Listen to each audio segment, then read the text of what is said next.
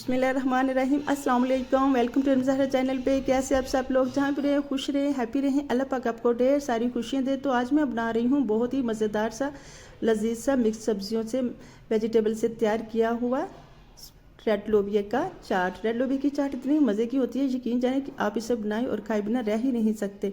और इसमें मैंने ढेर सारी चीज़ें शामिल की हैं।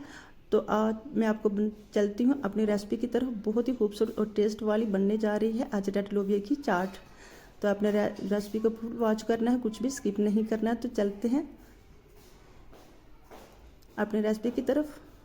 यहाँ मैंने ले लिया है एक बॉल, बड़े सारा बॉल लेना है जिसमें से तमाम वेजिटेबल्स आ जाएं। तो यहाँ मैंने बॉयल किए हुए और क्यूब्स की शक्ल में कटिंग किए हुए शामिल कर दिए हैं आलू। और ये मैंने ठंडा ठार करके रखा हुआ था कटिंग करके खीरा। खीरे से इतनी अच्छी एनर्जी आती है और बहुत ही मज़े का जायका आता है। यहाँ मैंने लोबिया शामिल कर दिया। लोबिया को मैंने रात भर के लिए भिगोए रखा था, सुबह मैंने इसे कुकर में अच्छी तरह से बॉयल कर लिया था।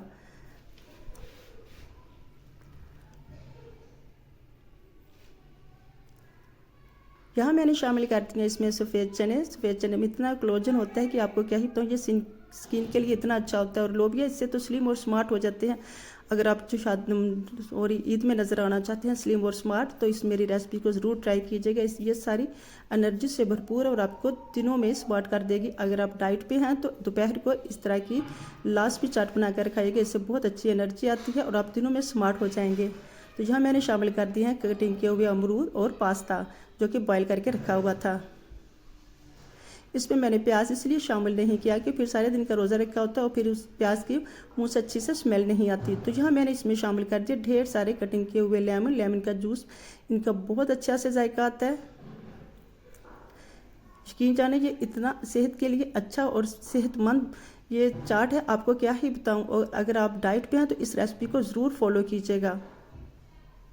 यह मैंने 2 चम्मच भर के इसमें शामिल कर दिया चाट मसाला के। और यहाँ मैंने शामिल किया इसमें आलू बुखारा और इमली की चटनी जो कि मैंने बना के पहले से रखी हुई थी ठंडी करके।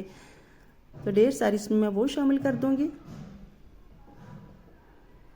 अब चम्मच की मदद से इसे अच्छी तरह से मिक्स कर लेते हैं।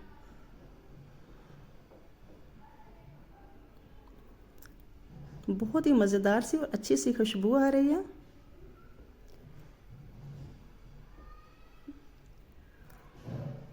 एनर्जी से भरपूर लोबिया की चाट बनके तैयार हो चुकी है। अब मैं इसे डिश आउट करती हूँ।